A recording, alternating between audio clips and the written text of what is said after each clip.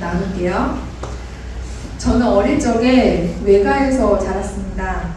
아버지는 제가 아주 어릴 때 돌아가셨고 혼자 되신 어머니가 친정에 이제 저를 데리고 오면서 외가에서 자랐습니다. 당시 외가댁은 할아버지가 개인 사찰을 가지고 계셨어요. 그래서 스님들이 집을 자주 방문하셨고 저는 스님들이 시키는 대로 종이 옷을 접어서 절에다 갖다 바치고 그런 일들을 했었습니다. 절에 관련된 잔심부를 되게 많이 했었어요. 그리고 저희가 이제 또 큰 이모가 오시면은 큰 이모는 천주교 성당을 다니셔서 저를 데리고 또 성당에 나가셨어요. 그러면 성찬식을 어릴 때 이렇게 보면서 저 떡집 한번 먹어봤으면 좋겠다 이런 생각을 하면서 또 시간을 보냈고요. 그러다가 둘째 이모가 또 오시면 저를 데리고 교회를 가셨어요.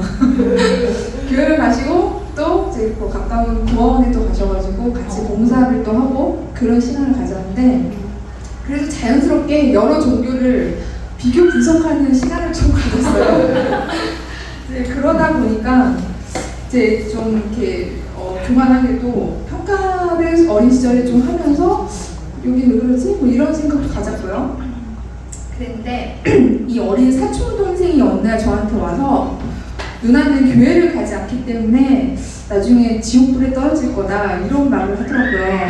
근데 이제 아무것도 모르고 또 어느 날은 뉴에이지 음악을 듣는데 그런 사탄의 음악을 들으면 또 지옥에 갈 거다 이런 말을 하는 거예요. 그래서 어릴 때 기독교가 좀 무서운 신앙이구나 이런 생각을 했었죠. 저는 저 틈바구니에 들어갈 수 없는 존재라는 걸 느꼈어요. 저는 그래서 모태 신앙도 아니었고 맨날 저는 사탄에 빠졌다 이런 말을 들으니까 되게 무서운 기독교는 나랑 아니구나 이런 생각을 가졌는데 어린 시절이 그렇게 좀 외롭고 많이 힘들었습니다. 왜냐면 그렇게 호르몬이 밑에서 자랐기 때문에 좀 삶이 어려웠고 그리고 이제 여러 가지로 이제 아버지 없는 그들이 시련이 좀 많았어요. 그래서 너는 네가 알아서 네 삶을 개척하고 네가 알아서 앞가림을 잘 해야 된다 이런 가정 환경에 살다 보니까 그게 참 외롭고 힘들었는데 그러면서도 또 나름 성취감도 있었습니다. 그렇게 제 원하는 대로 알아서 살다 보니까 이렇게 큰 결정을 할 때마다 상의할 사람이 없는 거예요. 그런 시간을 보내면서 20대에 제가 찾은 그 상의할 곳을 찾은 곳이 어디였냐면 점집이었습니다. 그래서 큰 결정을 내릴 때마다 점집에 가서 상의를 했어요. 그래서 어릴 때 이제 꿈은 많고 학생이고 이걸 미국에 가야 할지 이직을 해야 될지 또 나의 이 어려움은 도대체 언제 끝나는지 점집에 가서 상의를 하는데 하면 할수록 이 텅 빈 마음이 해결이 안 되더라고요. 그래서 더 자주 찾아갔습니다. 그러면서 그 어렵게 점집까지 찾아가면서 미국을 갔는데 많은 것을 배우고 많이 느꼈어요. 근데 정작 내가 무엇을 위해 살고 또 어떻게 살아갈지에 대한 해답은 찾지 못했던 것 같습니다. 그러고서 한국에 돌아왔는데 돌아오지 얼마 안 돼서 어머니가 돌아가시게 됐어요. 의료사고로 돌아가셨죠. 그런데 젊은 나이에 이제 하나뿐인 가족이었던 어머니까지 돌아가시고 나니까 이 시련이 좀 늦과 같다는 생각을 했습니다. 너무나 헤어나올 수 없는 좀 큰 아픔이라서 과연 이거보다 더 큰 시련이 나에게 있을까? 라는 생각이 들 정도로 굉장히 힘든 시간을 보냈죠. 그러면서 6개월 뒤에 결혼을 하게 됐어요. 근데 결혼식이 하나도 기쁘지가 않은 거예요. 그렇게 이제 어머니 의료사고를 도와준 든든한 남편이 곁에 있고 했는데도 결코 기쁘지가 않았고 또 시댁에 갔는데 시댁이 굉장히 어려운 곳이 있어요. 그래서 시댁 어른들이 이제 농촌에서 농사일을 하고 하시다 보니까 자식들을 잘 이해를 못해서 도시 사는 자식들을 이해를 못하니까 주말마다 불러서 농사일을 시키셨어요. 그래서 이제 뭐 평일에 야근을 하고 주말에는 시골에 가서 농사를 짓고 그러다가 또 월요일에 출근하면 너무 몸이 아파서 출근을 못하고 이런 생활들이 이루어져 오니까 갑자기 인생이 되게 억울하더라고요. 왜 나는 이런 시골만 항상 있을까? 나에게는 왜 이런 환경만 주어질까? 이런 생각을 하던 찰나에 이제 결혼 후 첫 휴가를 받았는데 시부모님께서 당연히 휴가를 받나 보고 농촌에 다시 와서 시골에 와서 농사를 지어줄 거라는 큰 소망을 가지고 계시더라고요. 그래서 제가 거기에 분노가 폭발해버린 거예요. 그래서 저희 큰 형님, 큰 며느리신 형님한테 어떻게 저희는 휴가 한 번을 가지 못하고 이렇게 시어른들을 도와야 합니까? 이런 좀 반항 어린 투정을 하게 되었습니다. 여러분 같으면 그런 투정을 들었을 때 어떻게 하시겠어요? 저는 당연히 형님이 같이 시어머니 욕을 해주시면서 그걸 들어주실 줄 알았거든요. 근데 굉장히 평온하게 동서야 너무 미안하다. 내가 지난 10년간 결혼 생활을 하면서 휴가를 받을 때마다 시댁에 와서 농사일을 도왔더니 어머니가 그걸 너무나 당연하게 생각하시는 것 같다. 그런 말씀을 하시면서 우리는 염려하지 말고 그냥 잘 휴가를 다녀오면 된다. 이런 말씀을 하시더라고요. 그러면서 저에게 되게 진정어린 사과를 하시는데 이 반응이 저한테는 좀 뜻밖이었습니다. 저를 굉장히 최대한 배려를 하면서 분란이 없게 되게 조용히 대처를 하시는 모습이 굉장히 멋있고 어른스럽다는 생각을 했습니다. 지금 말씀드리면 모르시는 분이 계실까봐 저희 아주버님은 목사님이시고 당연히 형님은 사모님이세요. 근데 사실 결혼 초에는 당연히 목사님이신 아주버님이 저를 교회에 끌고 가실 줄 알았거든요. 근데 어느 누구도 저에게 전도를 하지 않으시고 교회 얘기, 하나님 얘기는 한마디도 입 밖에 꺼내시지는 않는 거예요.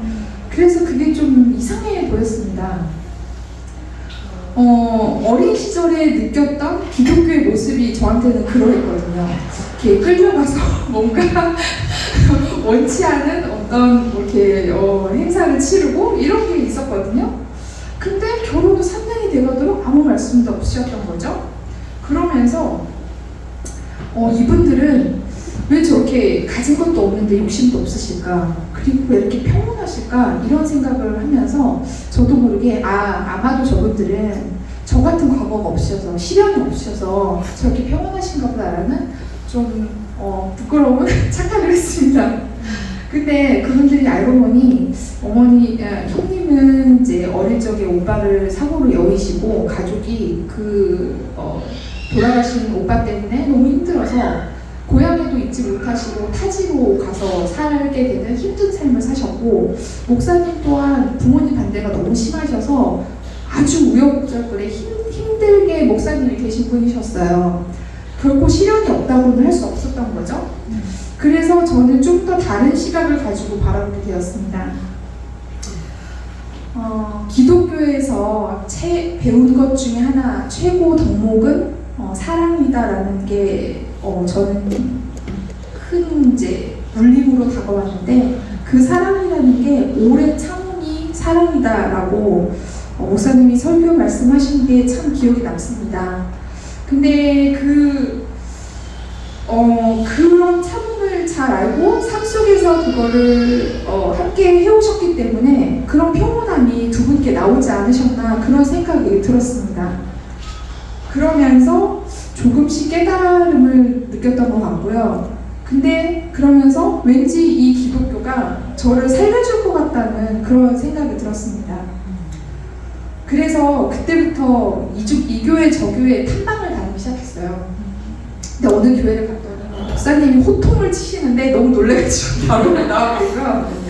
또 어떤 교회 갔는데 아무런 가슴 속에 울림이 없더라고요. 그래서 또 나와버리고 이렇게 막 이쪽에 저 교회를 갔는데 형님께서 저에게 너무 조급하게 마음을 먹지 말고 천천히 마음이 가는 곳을 한번 찾아보라고 조언을 해주시더라고요.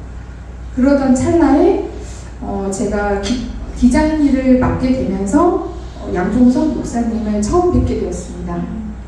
개척교회를 하시면서 개척 예배에 저도 제가 처음 참여를 하게 되었고, 그러면서 가슴에 큰 울림을 받아서 또 등록을 하고 첫 성도가 되고 첫 세례를 교회에서 받게 되었습니다.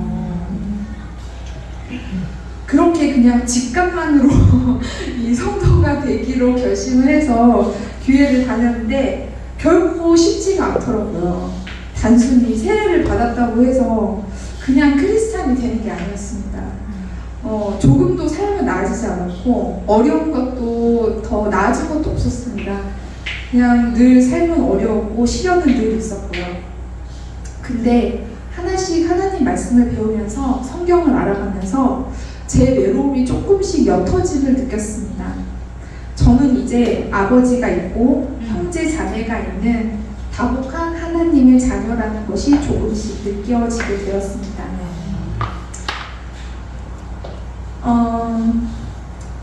제가 느꼈던 또 한 가지는 편안한 삶을 추구하는 것이 하나님을 알고자 하는 목적이 아니구나. 그리고 하나님을 기쁘시게 하는 일은 스트럭을 하면서 도전하는 일이구나. 그리고 돌이켜 생각을 해보면 하나님 계획 안에 제가 있었을 텐데 저의 계획 안에 하나님이 일하시기를 요구하는 것이 아닌가, 이런 생각을 하게 되었습니다.